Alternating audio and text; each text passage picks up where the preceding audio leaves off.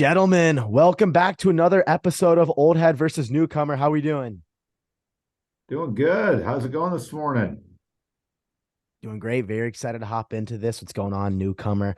First question here. Let's start in the coaching world in the NFL. Adam Schefter tweeted out earlier this week that he expects 7 to 10 coaches that will be replaced this offseason. Newcomer, what coach do you believe should have the hottest seat in the NFL? There's a bunch of coaches on the hot seat right now. Ron Rivera's on the hot seat. Brian Dable's on the hot seat, maybe Matt Eberflus. But the one coach that comes to mind, that how is this guy even still a coach? Brandon Staley of the Los Angeles Chargers.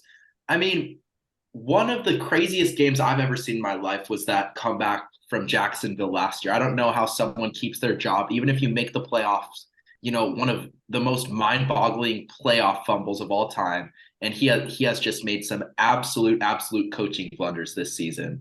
The Chargers right now are the 13th seed in the AFC, and it's looking bad. Since 2020, he's lost 14 games by 3 points or less, and 5 of them were this season. You know, it's just ridiculous. The modern day football, the modern day NFL is all about coaching battles, and it's all close games, and it's just close games matter so much in the NFL. If an NFL coach consistently cannot win close games, that means that they're a bad coach. He's barely had any coaching experience. He was only a coach for a couple of years, I think.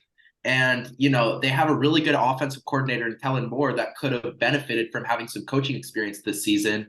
I'm not sure why Brandon Staley hasn't been fired yet, but he is going to be fired after the season 100%. Yeah, Staley should have been out before the season started, and we talked about all that. No closing capability at home or and on the field. Uh, However, I'll throw a different twist out there. I think it's going to, to me, McDermott and Buffalo is under a slow, real, like, not slow, but more of a quiet underground flame. Diggs may win out on that whole mindset battle. They'll keep Josh Allen regardless. I think they could end up getting rid of Diggs and McDermott. But I think the most crazy part is it's once again just a reflection about where the sport has come. And so props to the Steelers, even with Belichick at 2-9, they're sticking with him. Some of these organizations that stick with them, but I can't remember how many coaches did the dude say were on the hot seat? 8 to 10. Said 7 to 10. Okay, so 7 to 10 coaches. I don't know how many teams are in the league, but you got And we've already had 2 that were fired. The Panthers right. had So you got Frank Reich and is Josh out the door, McDaniel. and he got fired in 10 months. Who's the other guy? Josh McDaniels, the Raiders head coach. Yeah. So I mean, think about this. These cats come and go in college and pro anymore, like changing underwear. I mean, it's just like, hey, let's try this guy out. Okay, wow, that doesn't work. We'll just try some tidy whities now. I mean, it's out of control. These guys are absolutely, they get paid, they get a bag, they get a big contract. And here's what's weird, they don't even care. So the reality is, I think McDermott, he'll get picked up as an offensive coordinator. We'll see him in a couple years, or D coordinator. It's just this big carousel of coaches. It's an old boys network, just like with the players. So these cats are paid. There's no motivation. So the fact that there's 7 to 10 coaches on the hot seat just is a weird reflection of where things are at. And I think Schefter's probably a good reporter, but I have no clue where he pulls his stuff out of sometimes either. So 7 to 10. Why don't we just say 7 to 11 while we're at it? That way we can give some free sponsorships to the 7 to 11 coaches. Wow, old head. I really like that underwear analogy there. I think Brandon Staley should definitely be fired this year. I completely agree. I think Sean McDermott, I mentioned it at the beginning of the year that I felt that his seat was also heating up, but I think the guy that should have a very hot seat is the Chicago Bears head coach, Matt Eberflus. You look at him in this Bears team, they really have not improved drastically. Last year and his first year as the head coach, they were 3-14. There was a lot of excitement coming into last season and coming into this season, especially with Justin Fields, a quarterback that they took in the first round. They made the addition to get DJ Moore, him a weapon. And it hasn't seemed like we've seen this jump from Fields. And I think that directly correlates with what's going on in the coaching world. I think Eberflus has done a terrible job. They finally won a division game for the first time in over a calendar year. I don't know how, if you're the Chicago Bears, with all of the draft capital you have coming up, you have a terrible GM in Ryan Poles, you have a bad head coach in Matt Eberflus, the offensive coordinator is not getting it done. I think it's time to clean house. If I'm Chicago, take all of this draft capital that you have, go get a great quarterback, maybe go get the Maserati, Marvin Harrison Jr., and let's just go get it done, man. I'm sick of seeing Chicago be bad. I think football's more fun when they're good. They've had an elite defense the past few years. It's time to go get some offensive pieces. I think you got to get rid of Matt Eberflus. He's simply not getting it done. Let's hop into the next question here. The Oldhead Super Bowl pick out of the NFC, the Detroit Rock City Lions haven't looked the sharpest the last 2 weeks. They overcame a 2-score lead late with 4 minutes against the Bears, but it finally caught up to them, losing to the Packers on Thanksgiving. Jared Goff has a combined 6 turnovers the past 2 weeks. Oldhead, rough patch for the Lions, or time to question whether they are contenders?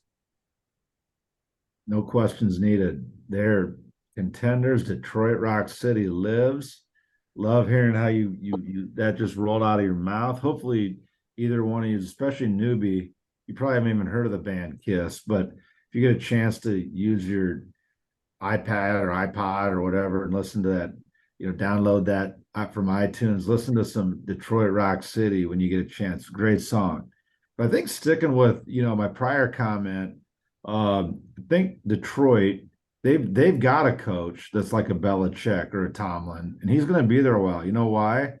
He's willing to stick with and develop players. And I think they've got a guy in there, Jared Goff. He had some turnover problems the last 2 weeks. He's a veteran. I think he's going to work his way through that.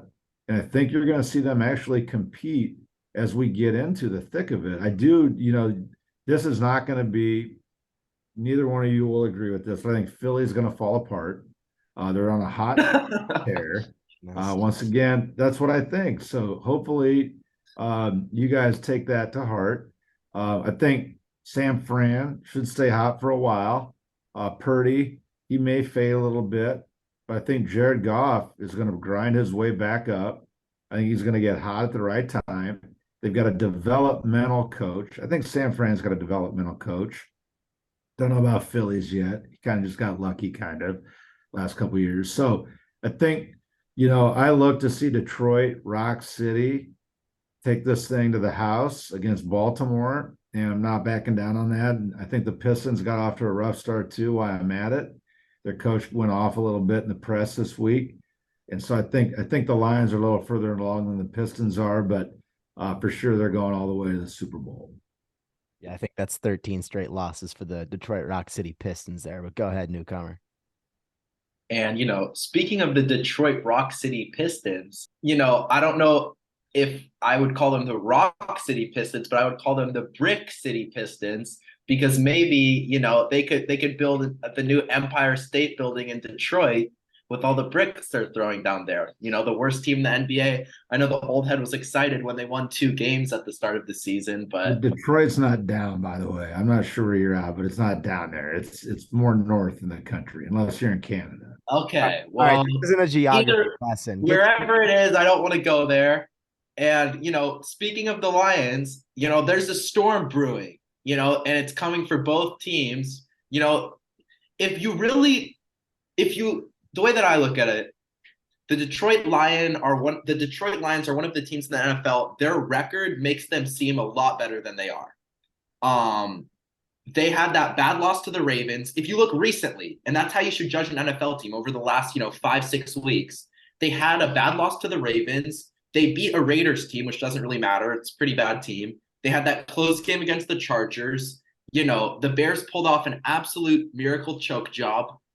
Speaking of Matt Eberflus, just such a lucky win, and then a terrible loss to the Packers on Thanksgiving. Jared Goff has started to struggle and show cracks in his quote-unquote great play this season. 3 interceptions against the Bears, 3 fumbles against the Packers, and their defense hasn't really looked that good recently either. They have 3 really good games where they've had a combined 18 sacks, their defense, all the other games combined, they've only had 5 sacks besides those in the 8 games, besides those 3 good games. I think the receivers have looked pretty good. Amon-Ra and Sam Laporta have looked pretty good. But come playoff time, I think, Detroit is susceptible to losing to a lot of teams in the NFC. And Yeah, the Eagles are not fading, and the Eagles would absolutely thump them to the ground. nah, the to the Birds are rock. going to trash. Thanks for that little banter there, fellas. I don't think the Lions are necessarily not contenders. I do think they're having a little bit of a rough patch, but I'm not hitting the panic button. I think you have this 18-week NFL season, and teams are going to have ups and downs. It's a long season. I think you look at the Lions, they have one of the most explosive offenses in the NFL. You look at that Chargers game, the Lions were able to respond to every single punch that Justin Herbert and this Chargers offense threw. I think that we're going to see them be able to outscore a lot of the teams that they're playing. Now, do I think they can beat a Philadelphia or a San Francisco type of team? I don't believe they can, but I do believe that you've got to consider them as somewhat contenders because they have such an elite offense. I'm not ready to put them over that hump necessarily until their defense gets a little bit better. They're giving up, top 10 most points per game, but their offense is unreal. Jamison Williams, Amon-Ra St. Brown, Sam Laporta, this offense is looking great. I think Goff has struggled these past 2 games. They were very fortunate to pull out that Chicago game, almost came back against that Packers, but I think Jordan Love had the best game we've ever seen in his young career. So I'm not necessarily that concerned. I think that Packers game, they're a divisional opponent. It's going to be a tough game, but I think Detroit, Rock City, they're going to be just fine. They're going to get to the playoffs. They're going to win the division. And I definitely believe they will win one game in the playoffs. But if they want to elevate, potentially make a conference championship, their defense is going to have to tighten up a little bit. And we can't see these turnover problems from Goff. But let's head to the association, fellas. The Dallas Mavericks are currently the 3rd seed while putting up the 5th most points per game. Oldhead, can this Luka Kyrie duo and the Mavs make some noise in the playoffs? I think Dallas has a good shot to make the playoffs. Last week Mark Cuban sold the team. Majority owner sold it. I think he's getting a pretty big bag from that lady that is sold off a bunch of her ownership of the Sands Casino in Vegas, the Adelson family. So I don't know if him not being an owner is going to help, lose a little motivation on it. That does impact things. Whether or not people think so or not, he's been a very big players owner, and he still wants to be president of the team. But he's definitely, that's just an early sign. He's probably going to get into politics, quite frankly, even though he's saying he's not. He's leaving Shark Tank. So you look at both of those things. How does that convert back to the Mavericks? I think they got Kyrie Irving. So back to the whole thing I just mentioned on the pass deal. Luka is the man. I think Luka is the one player that can probably make something work with Kyrie. And I would say in my heart, I like watching the Mavs. I love Dirk Nowitzki back in the day. I really don't know too many of the other players they ever had, but they were a fun team to watch, especially when Cuban used to get all riled up on the sidelines. But unlike Newbie a couple weeks ago, when he tries to pull in some stuff from 4 years ago as to how it'll translate into today, what I'm going to say is, and what you guys probably should take some notes on is like, it matters how those last 2 months go. There's always these people early on that, oh, wow, they're playing really good together. Certain personalities fade when it's time to fade. Kyrie's one of them, and he's yet to have kind of like, the dude up there in the Buffalo Bills, he hasn't had his Diggs moment yet. But these cats, give them enough time, something's going to happen. And usually by April or May, Kyrie's going to start his little unraveling. I think Luka's got the leadership to get him through it, but I just, I don't think they're going to challenge. I think they'll go to the playoffs. I don't think they're going to make a lot of noise other than maybe, a little, wah wah noise. But no, I don't. I'm sticking with Sacramento and Minnesota. For all this talk about Sacramento, Challenge Denver. For all this talk of Sacramento, I've yet to hear the old head say one actual thing about Sacramento and why he likes them. So it's kind of They got a couple of really young, good guards. I can't remember their names, but those guys are good. But anyways, so I think the Mavericks are they in the top of contending for the West? Maybe not, but can they make some noise and potentially upset a team? I think they can. I think Luka has looked really good in the playoffs when he's made the playoffs. They missed the playoffs last year. Before that, he made it all the way to the Western Conference Finals. If anyone remembers that Game 7 against the Suns, where the Suns got embarrassed so badly that they had to send a formal apology out to their fans. And you look at Luka, you look at Kyrie, if he's able to play in the same support role that he was able to play with LeBron in Cleveland, Kyrie is proven that he cannot be the number one player on a playoff team. If Luka is balling out in the playoffs, can Kyrie be a good support point guard and help and be really good in a 7-game series if he's completely locked in on this partnership with Luka and they have it down? I think so. I think maybe if they add a piece or two, if they could improve. Right now their supporting cast, their bench is looking pretty weak. If you're looking at Tim Hardaway and Grant Williams, or Derek Jones, any of these guys to close games, as a Celtics fan, I remember that game with Grant Williams where he missed 2 free throws in a row. It's really shaky. Having to pass the ball up to Tim Hardaway or Grant Williams, or at one of these guys. I grant you that it's shaky. But I think they can make some noise come playoff time. I do. Yeah, I completely disagree with you guys. I think when you look at the Western Conference right now, how jam-packed it is. I'll just go through 1 through 10 right here. Minnesota, they cannot beat in a 7-game series. Denver, Phoenix, I think they could potentially beat Oklahoma City. They can't beat Sacramento. Los Angeles, they can't beat. Houston, they definitely can. Pelicans is a coin flip. They're not beating the Warriors and they're not beating my Clippers. I don't see the Dallas Mavericks making noise in the playoffs. Now, I understand that we've seen Luka be good in the past, and I understand that, Tim Hardaway Jr. also complements him really well in the postseason. I don't think the Dallas Mavericks are going to win a playoff series. Their defense is not good. They're heavily reliant on Luka and Kyrie to have huge games. I don't think they're going to win. I don't think they're going to win a series. I also agree with the old head here. I think Mark Cuban could also, I think that could potentially hurt them a lot. He is a big owner's player, but I'm looking at their defense. They're going to get exposed. When it comes to postseason basketball, it becomes more half court dependent. And I really don't think that come down to it, they can't beat one of these really good teams. When you have great closers, the Dallas Mavericks will not be able to make noise in the playoffs.